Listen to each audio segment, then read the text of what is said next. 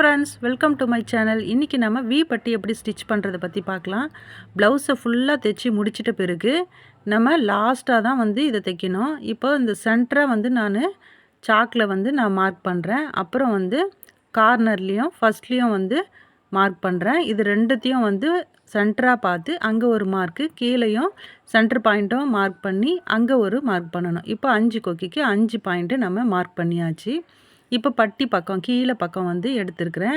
அங்கே நல்லா ஒரு 2, 3 வாட்டி நம்ம அதை முடிச்சு போட்டு நம்ம திருப்பி எடுத்து மறுபடியுமா இந்த பக்கமாக திருப்பணும். திருப்பி அங்கே மறுபடியும் 2, 3 முடிச்சு போட்டு திருப்பும் போது நம்மளுக்கு வி பட்டி ரொம்பவே அழகாக நம்மளுக்கு இருக்கும்.